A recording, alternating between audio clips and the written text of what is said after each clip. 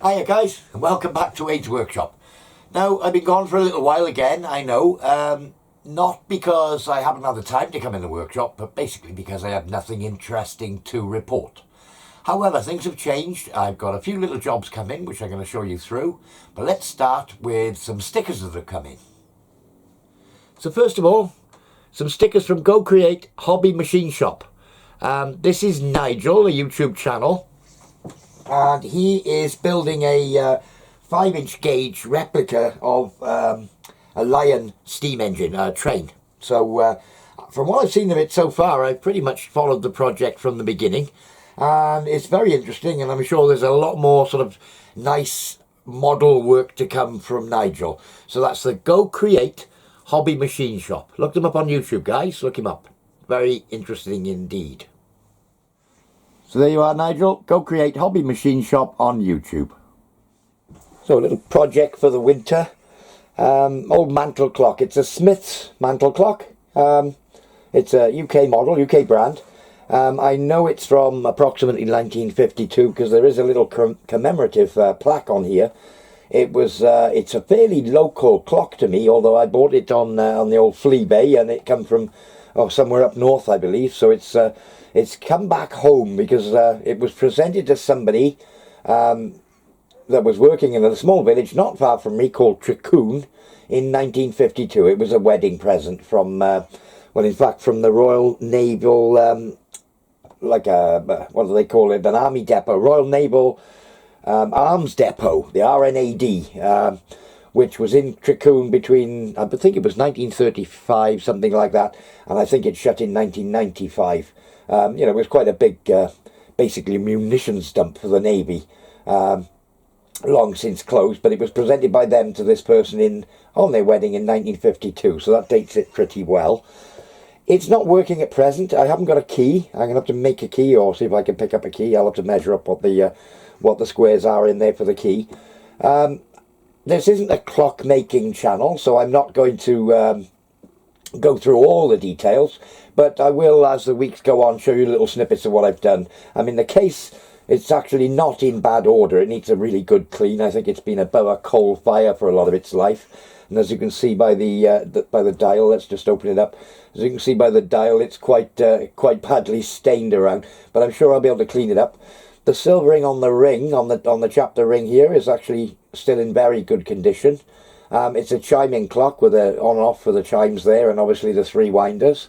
But a nice looking little clock, and as I say, it does have chimes. So I'm looking forward to giving that a good clean up. I'm sure it'll all clean up, all the brass and what have you. And of course I'll be removing the movement. Let me flip it round, show you the movement. So yeah, nice large brass movement, pendulum escapement, and with I think it's four different tones in the chime there, so it is a chiming clock. So yeah, I'm looking forward to stripping this to bits. As you can see, the back of it is extremely black. Giving it a really good clean and a wax and a polish, and certainly removing the movement, checking the movement out to see if there's anything, if it's any more than just a good clean that it needs. It's going to be a good clean and a lubricate. I think we'll probably get it going. It will actually run for a very short period if you set the pendulum going. But again, I haven't got the facility to wind it up yet, so I'm going to have to make a key or find what size it is, probably buy a key on eBay for a £5 or something like that. But yeah, it's going to keep me out of mischief for a little bit. But as I said, I'm not going to show every detail.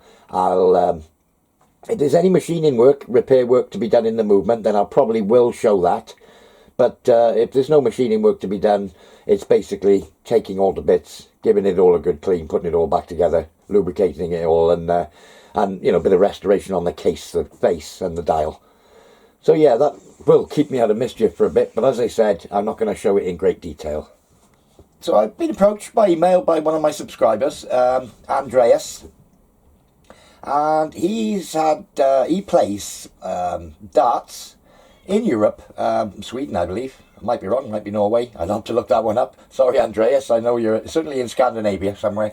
And over there, they play a lot of soft tip darts, which are like a sticky pad on the end of the dart on a almost like Velcro dartboard with the darts, being the opposite way round. and he's after a specific set of darts. Now, he's approached several sort of well-known darts modifiers and manufacturers, what have you, to get what he wants. And, you know, it's been a right palaver. So he contacted me, and I said, well, I'll see if I can help him out. So let me just pull one of these out. I haven't opened the box, actually. So, yeah, he's ordered these online and had them delivered to me. Explained what he's after. Oh, dear, that's well in there. Right, okay.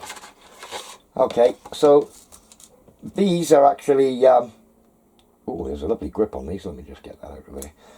These have the pressed-in points. Now, these soft-tip darts, you would screw in soft tip in the end of the dart. And you can also screw in a replacement point, such as these. So he's sent me these as well. Now, they're a 2BA thread. Obviously, they start from a diameter there. So the first thing I'm going to have to do is to pull the points out of the end of these darts. So these are pressed in. Then machine them off and drill and tap the end out, or machine them off back to a diameter which will match up with the major diameter on these points, so that we've got a smooth transition. So machine the ends off, drill and tap them. I think it's 6.5mm deep to take the 2BA thread. So drill and tap the ends, and then a further job then is going to be to reduce the length. I think we're aiming for a 40mm length from the front of the barrel to the back. I think these are something like 53 now. So we'll be cutting them back a fair bit, re-drilling and tapping for the 2BA, and then putting a taper back on to take it down to the correct diameter, so that you haven't got a step on the back of the dart for a following dart to hit, that sort of idea. And we're also, at the same time, we're aiming for a specific weight. I haven't got the figures with me now. These are 25 grams as they stand. I will have to double check actually what weight we're looking for. I believe it was something like 19 grams. I could be wrong. So I'll have to look that up on his email.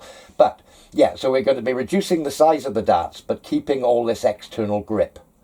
So I think the first thing I'm going to have to do is to make myself a point puller.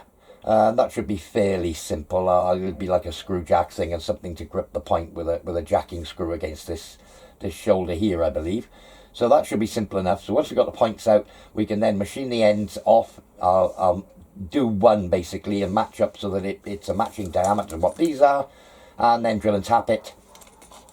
And then that'll be that end done. And then I'm going to have to make some sort of mount, perhaps a tube with a hole in the end with a thread that'll screw into that 2BA to hold it in the tube.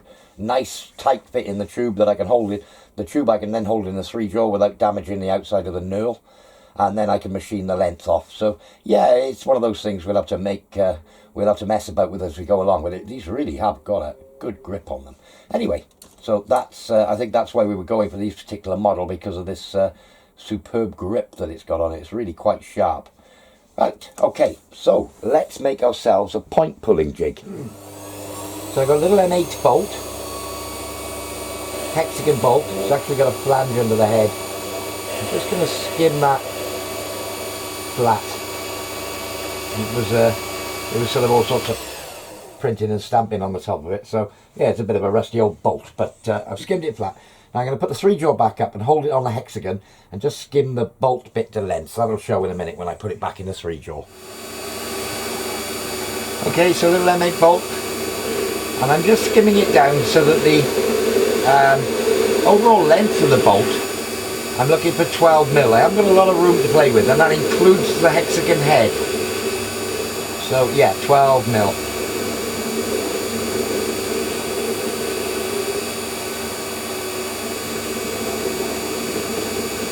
Could have parted it off, I suppose, but it's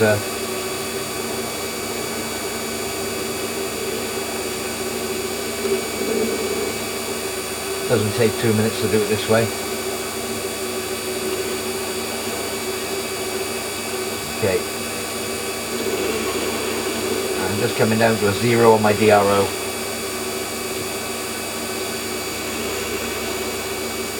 Okay,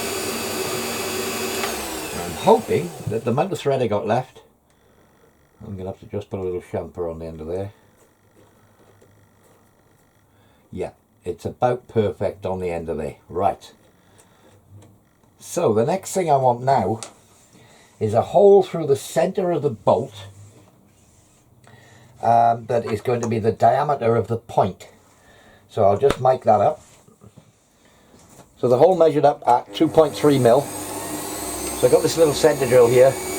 That's got a point on at 2.5. I'm going to take that in a little ways. It's the other end of this bolt, the hexagon end, that's going to be acting on the tungsten part of the dart.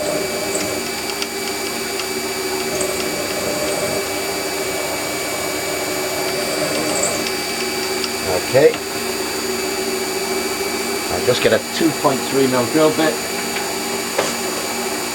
which is, I think we're on a 2.4. A little bit of clearance. I mean, it's not that critical. So let's just put that in my chuck.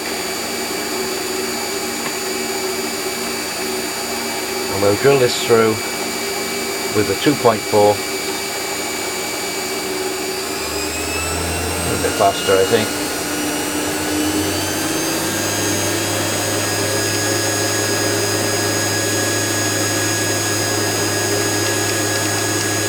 Let's just find my cutting oil. Let's have a bit of cutting oil on it. Be kind.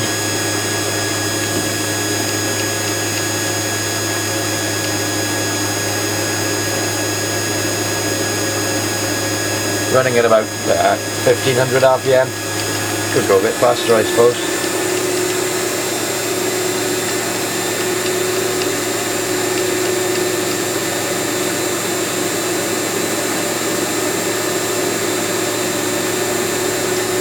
Again, it's a high tensile bolt this, so it's quite tough.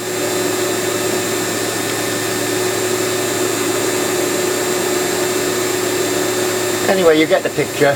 Oh, there we are, we're through the other side. Okay.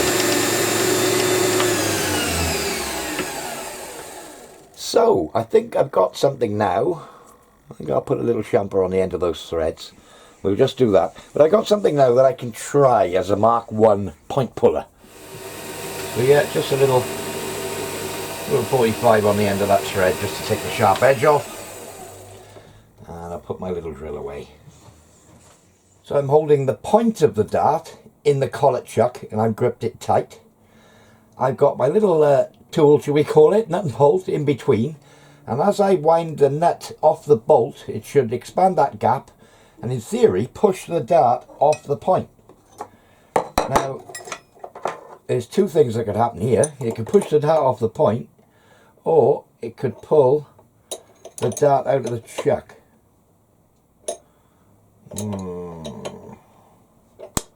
Something's moving.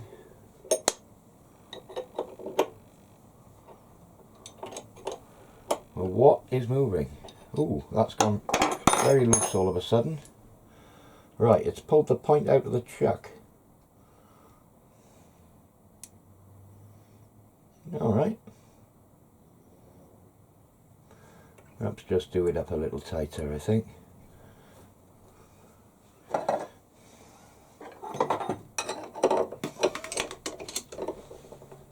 Oh. Come on, collet. There we go.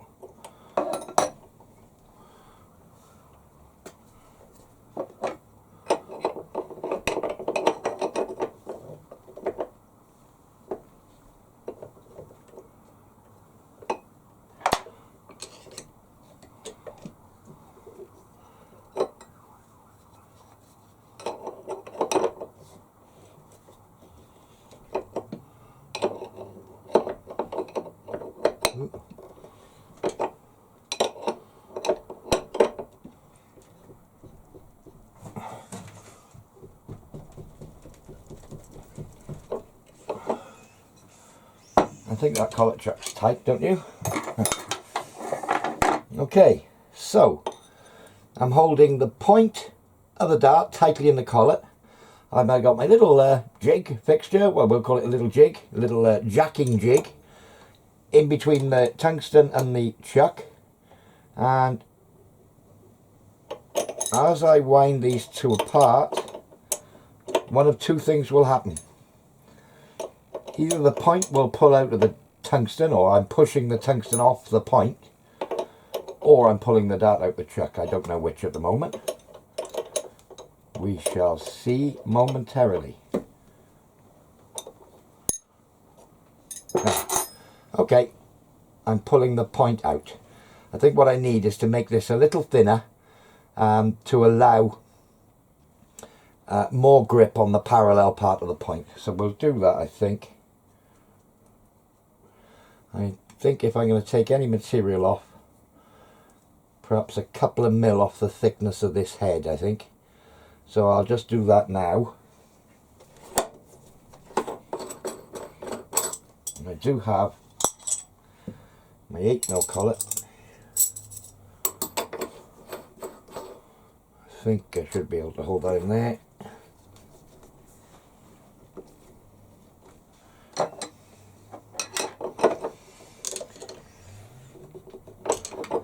I'm using an Allen key down in the back of the chuck, using it against the bolt. Not the best practice, I know, but I still haven't found an appropriate spanner to go on the back of this chuck here. I'll have to measure it up and see if I can find a thin spanner for holding it properly. That's I meant to do that quite some time ago and just I haven't got around to it, and I keep forgetting all about it. So yeah, I've mentioned it in this video now, so perhaps I will remember it when I'm editing and what have you. So there's a 0 point. Yeah, I think I'll take 2mm off it.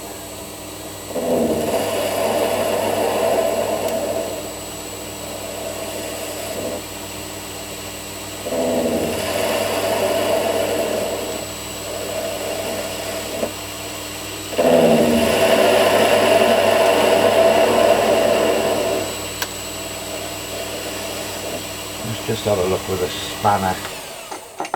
I know this. Don't want to have too little for the spanner to grip on.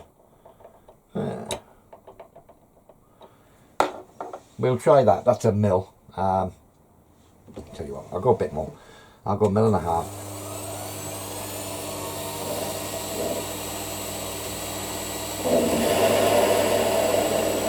I don't want to remove the hexagon altogether.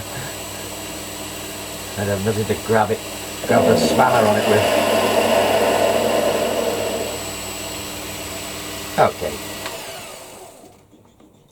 I'm pulling the dart out of the chuck, but I don't know at this stage. Aha!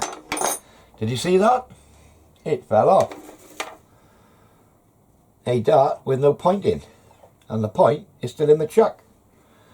So I think we'll call that a very simple little dart extraction tool, point extraction tool. So that worked nicely. So what should we do? I think I'll grab another one. Oh my goodness, I did do that up tight.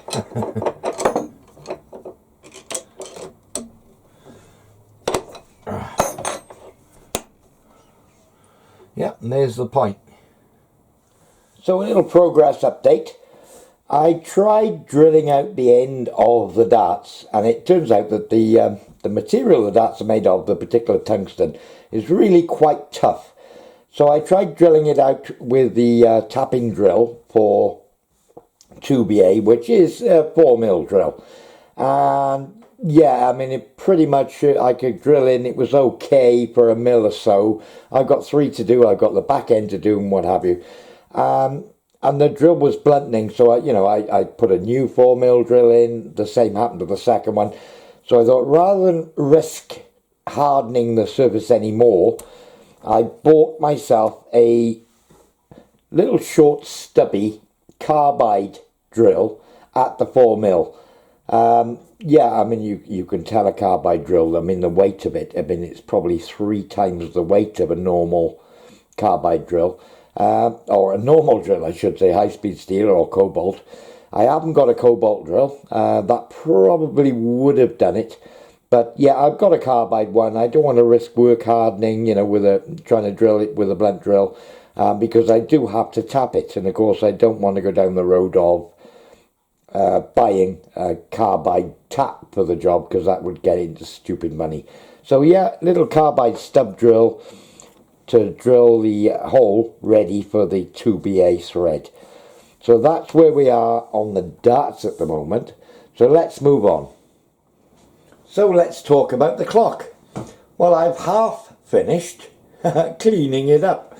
As you can see, I thought it would be a good effect to do, you know, just one half of the clock. So I've rubbed down the timber work on this side. It's had no stain or oiling or anything like that. And the other side I've left alone. I mean, it was very dirty. I'm not sure if it's French polish or something like that on this side, but it's you know, very badly stained. It's brittle, it's peeling, it's flaking. So I decided to use a very fine sandpaper and emery, that sort of idea, on this side of the clock, clean it down. I polished the brass up on this side. Well, normally you'd use sort of Brasso, something like that, but actually I used good old T-cut, very similar to Brasso in its constitution, you know, for refreshing paintwork. So I used T-cut to clean up half of the chapter ring. And I also found out, as I was sort of doing it with a cotton bud on the little plaque at the bottom, that it's actually a silver plaque. It looks like brass if you see this side here. I thought it was just, you know, badly tarnished brass. But when I started to clean it, I realised it was silver. So I actually used a silver polish on this side. So yeah, that came up. So I pretty much, to show you a before and after, cleaned it up. Now the face itself, the dial, as I said, originally the silvering was still quite good on the chapter ring. But I tried a few different products on the dial, and I think it's some sort of ceramic, maybe a brass disc with some sort of ceramic coating on it, what have you. It's a sort of low sheen coating. So I tried a bit of like traffic film remover. I tried some washing up liquid on the end of a cotton bud. I did actually nip to my local supermarket and buy some cotton buds, a big box full. As you can see, I've used a few already. But yeah, just being very, very careful, very gentle on the dial.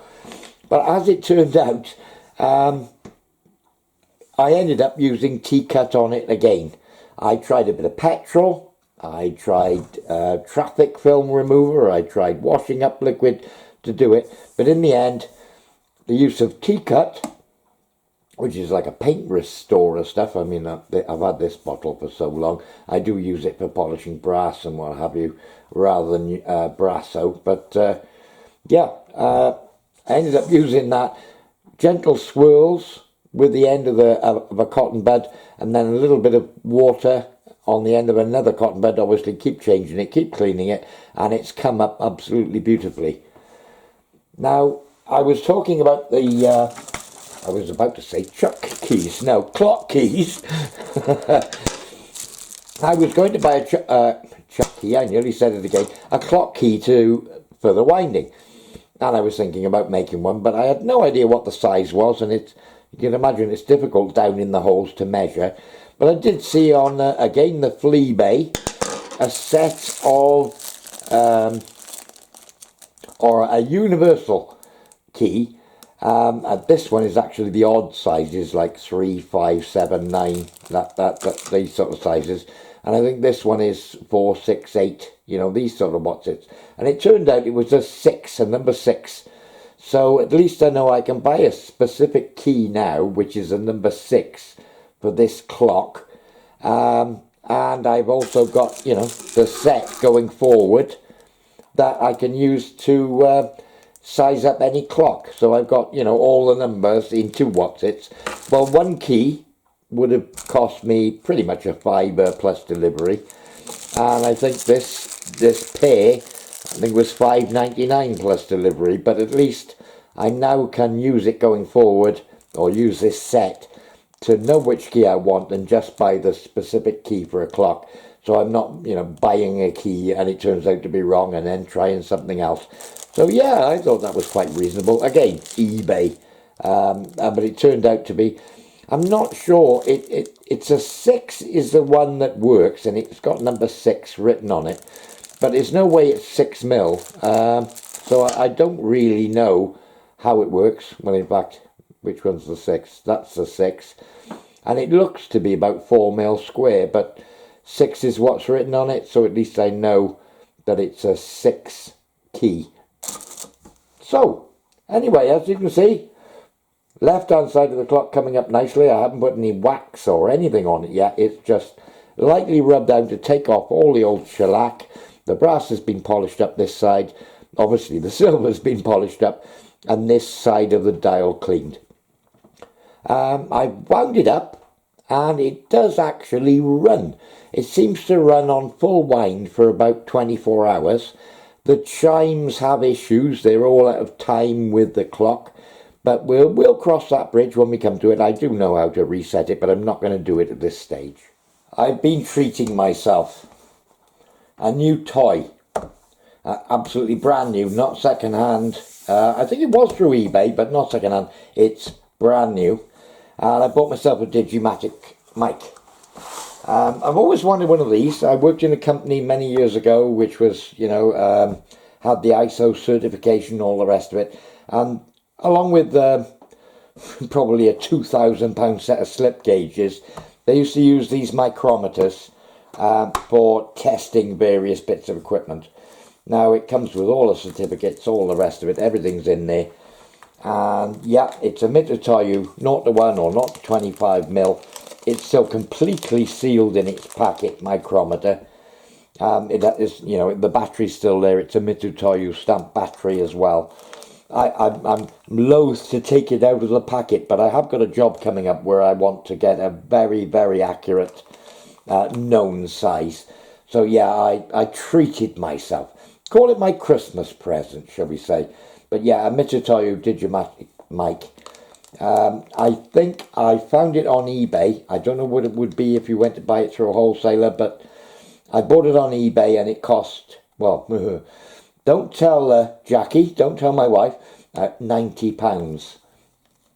But this is going to be my absolute mic, and this will probably not even live in the shed. It'll live in the house, probably live in somewhere very coveted with my watches perhaps. But yeah, this is a very nice piece of equipment indeed. So yeah, very pleased with that. And it's one of those things that I've always wanted. I mean, it's a double check on, you know that it's right if it's right. I have got some gauges. I will check it out just to double check, but it's all certified and all the rest, and it is brand new. And I do like Mitutoyo. A lot of people swear by Starrett gear and Moore and Wright gear. It depends which side of the pond you're from. But if you're going to go on the Japanese side of the pond, Mitutoyo is the bee's knees.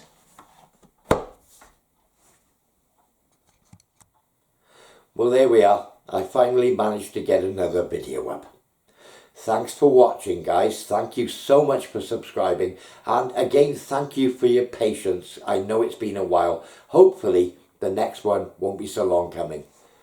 Cheers now.